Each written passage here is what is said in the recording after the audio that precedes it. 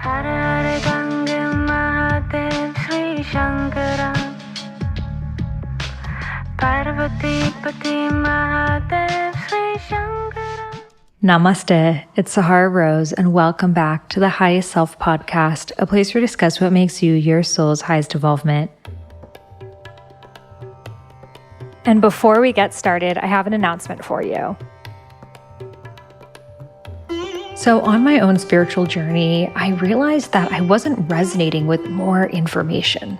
I always felt like there was another book, another thing to do, another way to become, and I was really yearning for a form of spirituality that invited my whole self, my femininity, my creativity, my desire to be in my physical body, in my pleasure, in my joy, in my heart, in my womb, in my dance. For me, spirituality is not about leaving the body, but really about being so immersed in it that you become one with it. So this month in Rose Gold Goddesses, the Sacred Sisterhood Collective, all about embodying the goddess within, we are diving deep into Shakti, which is this principle, this essence of divine feminine wisdom. I take you on a journey to learn about how Shakti shows up in you, how she is your breath, your body, your desire to be immersed in all things rather than separate from it. We dive deep into the differences between spirit and soul, and I guide you through practices and rituals to connect more to the Shakti essence that lives inside of you.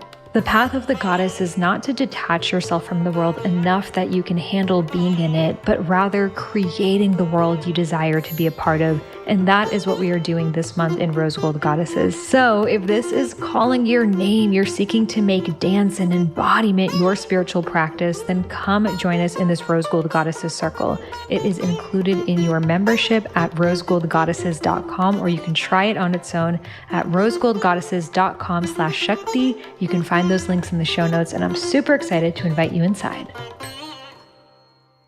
I am beyond excited that tomorrow my new book, Discover Your Dharma, is finally being released. This book was almost 2 years in the works.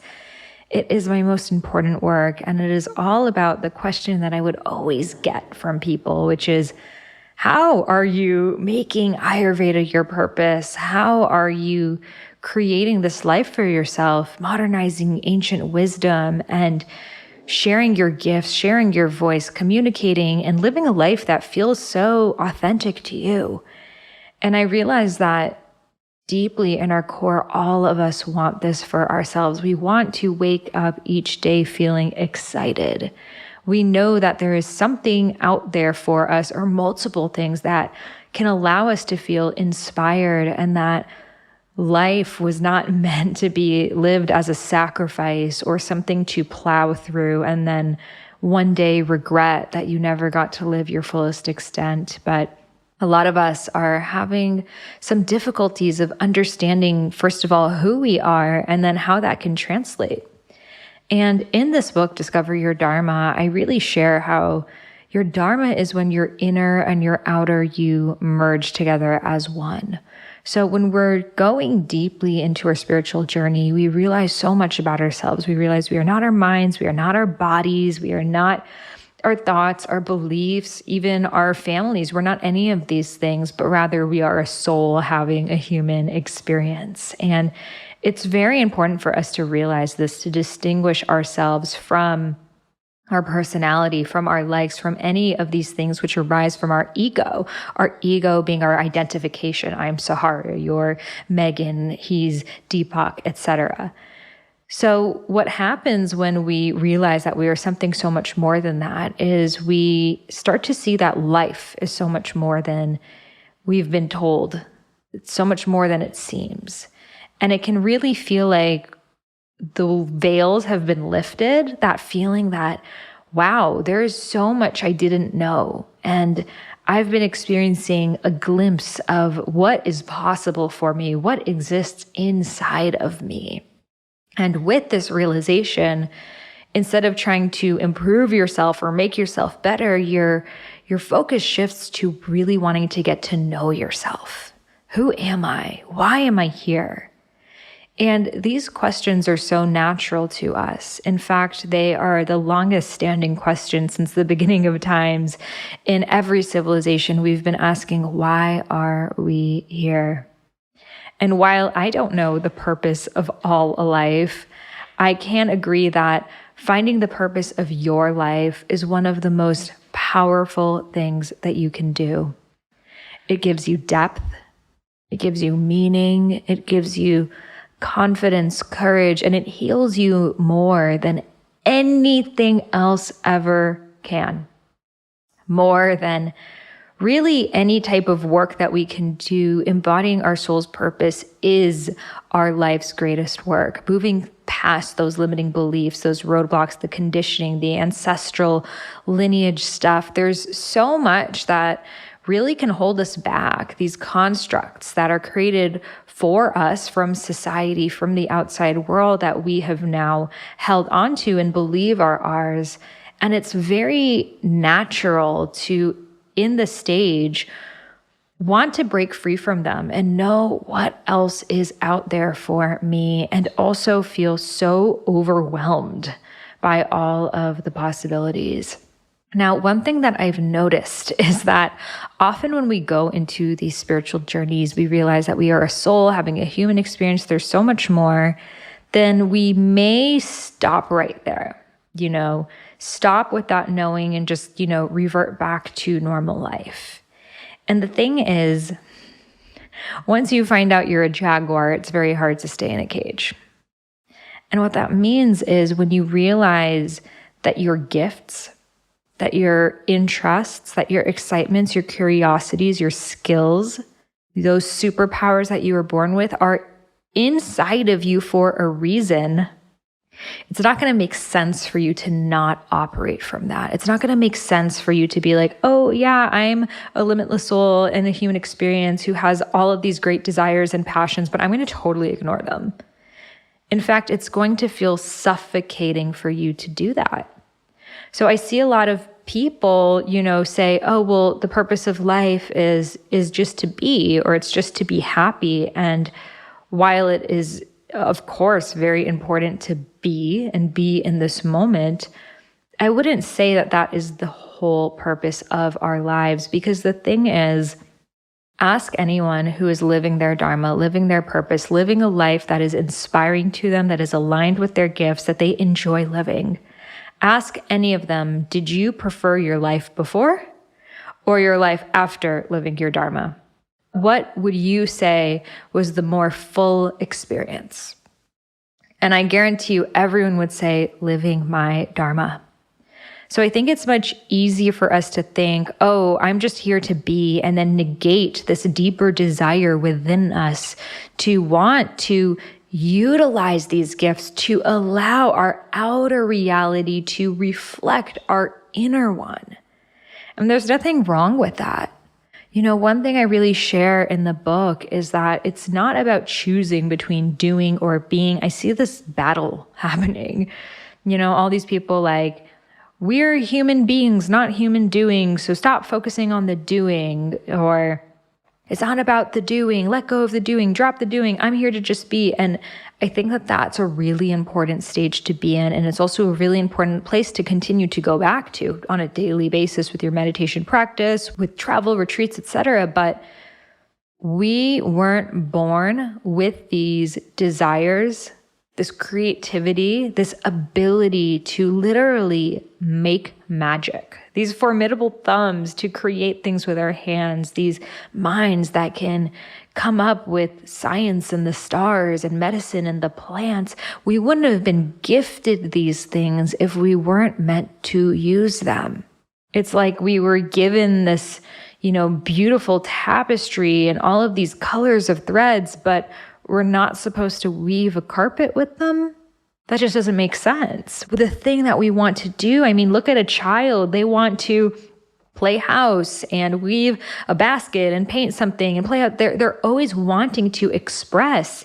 And it only becomes later in life that we label this as a doing, and then like this doing is bad, or it means that you're, a sheeple or something. But it's really expressing. It's creativity. Creativity is your birthright. It is your norm. Every person on this podcast, I ask, what makes you your highest self? And for me, it is my creativity. That desire within each and every one of us to make things.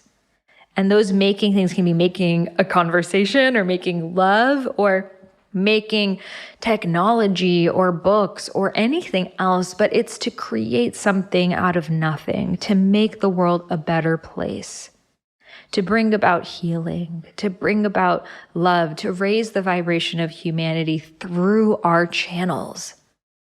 That is why we are here. And life becomes so much more fun, in my opinion, when you stop fighting against that desire. You know, I used to label myself of like, what's wrong with me? I keep wanting to do things because I was, living in India and Bali at the time, and everyone was very focused on their being at that stage of their journeys. And I was really wanting to write this book. So they would call me cerebral Sahara, and I'm just, not Zen enough, etc. But it was just this urge in me that was like pouring out of me that just wanted to write.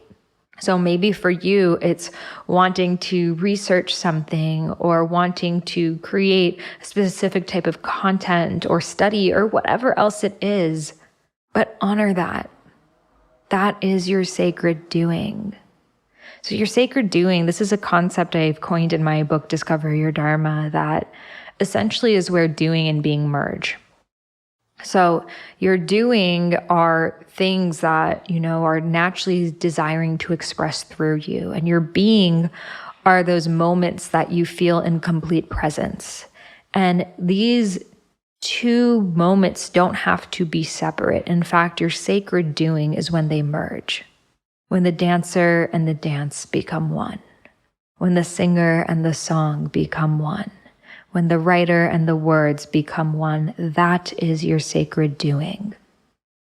It's that feeling of flow, of feeling so immersed in what you are doing that there is no mind present. You are in a channeled state. And this can happen to you while doing math problems or drawing architecture or channeling healing or whatever else. And we don't even have to use the word channeling if that's not what resonates with you, but really it's a no mind experience, but you are creating through something greater than you. You are expressing what is moving through you from source. And each and every one of us has the capability of doing so. In fact, that is our norm of creation. Creation is meant to feel effortless with ease. It's meant to ooze out of your being. In fact, that's the only way that it can be sustainable. And it will always be your highest work. So I think that so many of us equate doing with doing things that we don't want to do, like working this job that we don't like, or showing up for this thing, or doing things that don't utilize our gifts or our skills. I mean, hello, the school system, 7 a.m., you're going to study history, and now 8, you're doing algebra, and now 9, you're doing chemistry, and now 10, you're doing physics. And it's like, what? My mind is not ready to do those things. And maybe those things, I don't want to do any of them, So we've equated doing with doing things we don't want to do, which is why when someone tells us, oh, all doing is bad, we're human beings not doing. So we're like, yeah, fuck yeah, that makes sense. But it's because most of us have not yet touched or don't remember touching, but we have maybe as children, those feelings of ease. When the doing was pouring out of us, maybe you were painting watercolors or playing the guitar or deep in a philosophical conversation, those moments, no one's forcing you to be there. It's purely out of desire. And that is your sacred doing. So in your sacred doing, you are in your highest form of being because there is no force, there is no efforting in this. When you are meditating and you're like, okay, it's time for my meditation. I'm going to sit down, set my alarm, 20 minutes. Okay, focus on the mantra, focus on the mantra. Oh shit, I need to text that person back. Oh no, back to the mantra. Oh shit, I forgot to send my email. Okay, back to the mantra. Oh, how much longer do I have? Oh, my foot itches. Oh my this, oh my that. Like, does that feel sacred to you?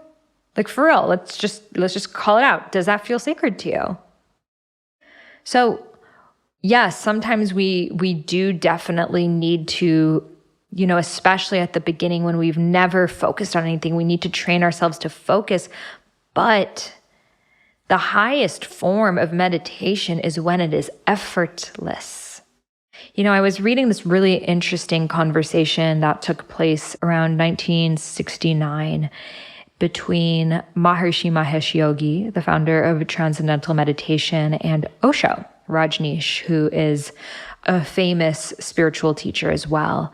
And this conversation was Osho looking at TM, Transcendental Meditation, which, I've done the training in, and I think it's a really beautiful technique that really works well with a lot of people, that is focused on repeating a specific mantra for a period of time, 20 minutes, until, you get into a transcendental state, if that happens for you.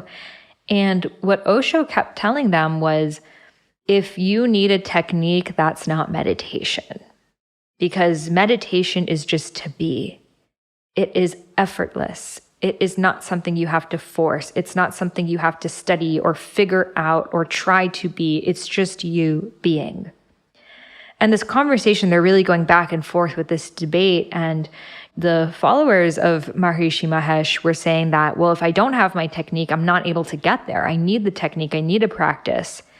And if you don't recommend this one, what do you recommend? And Osho kept saying, none, because any sort of technique that I recommend to you would be rooted in ignorance, because it would be negating the fact that all you have to do is be. Now, I share this because, while it's really hard for anyone to just sit down and be, it is possible. And it actually does naturally happen to us when we are in alignment with our dharmas. Whatever that thing is for you, that you're not forcing yourself. In fact, time passes and you're like, where did that hour just go? That is you in your being. And yes, there's a difference between the training that you are giving your mind when you are like literally in a meditative state of doing nothing, of absence of the void. And that's an important state to practice as well. However, one that we just overlook right now and that I'm trying to bring the conversation towards is, it doesn't have to be live my life unconsciously, do my meditation, and then go back to living my life unconsciously. What if we created a life that was a meditation? A life that we are constantly immersed in our being. There is no force. There is no efforting. It is a pure desire to show up and give and serve.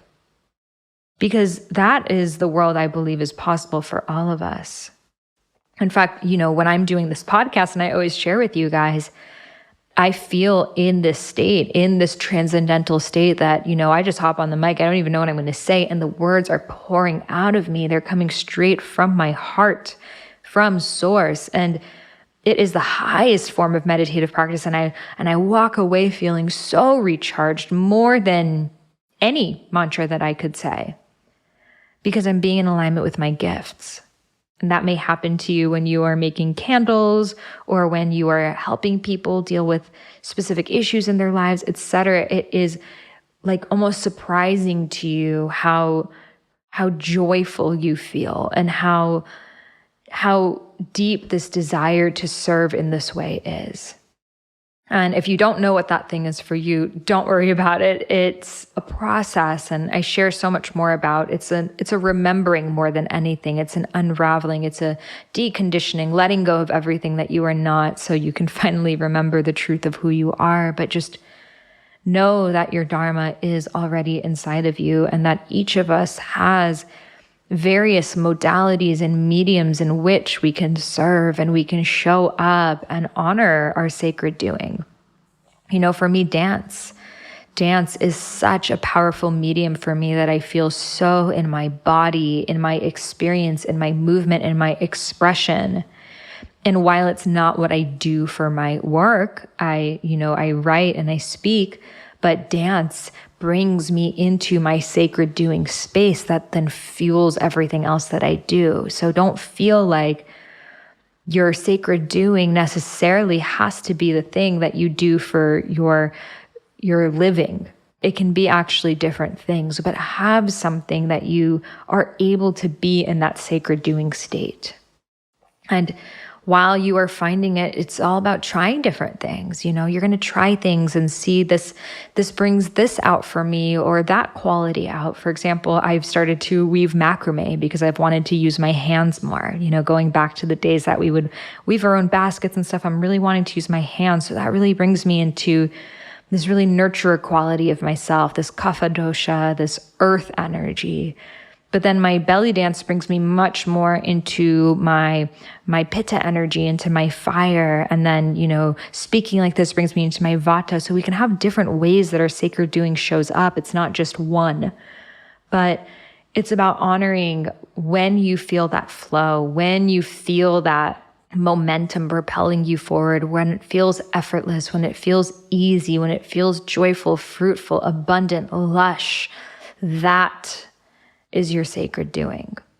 So I share more about this concept in my book, and I have a process called the Dharma Blueprint, which actually breaks it down step by step. If you're like, I'm really not sure what it is, I feel like I need more guidance on pinning it out. I feel like I have, maybe different things, but I'm not sure. I have so many processes and frameworks available for you in my book, Discover Your Dharma, which is now available in bookstores nationwide. Pinching myself wow.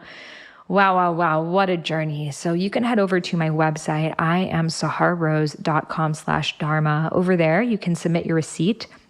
And I have amazing bonuses for you, free bonuses just for ordering the book.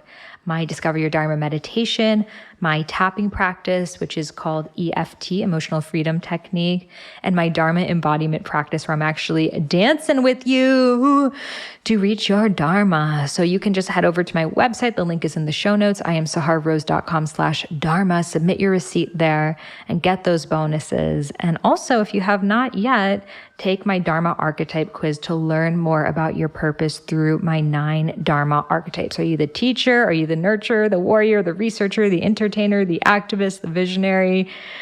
Which are you? You can find out at dharmaarchetypequiz.com. Again, that link is also in the show notes, dharmaarchetypequiz.com. And I'm so excited to see your results.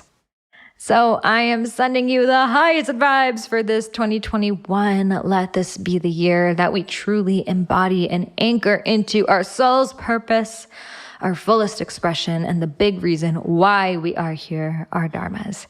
So grateful for you. If you loved this episode, I would love to send you a free gift, which is the first half of my unreleased book, Eat Right for Your Mind Body Type. This is a different book than Eat Feel Fresh, my first book ever, which is not released anywhere, and I am gifting it exclusively to those who leave a review of my podcast in the iTunes store. So all you got to do is head over to iTunes where you may be listening to this podcast and leave a review. Take a screenshot that you've left it and email it over to me at Sahara@eatfeelfresh.com. Again, that's Sahara, Sahara, at eatfeelfresh.com. And I will send you back the first half of my unreleased book, Eat Right for Your Mind Body Type, which goes all into Ayurveda, doshas, plant-based nutrition, body types, all of the things in a really fun and engaging way. So this is my gift to you for free for supporting the podcast. Every single review I personally read. It really helps the podcast be listened to by more people so we can raise the vibration of the planet together. And I am so grateful to have you on this journey. Thank you so much for listening, and I'll see you on the next episode. Namaste.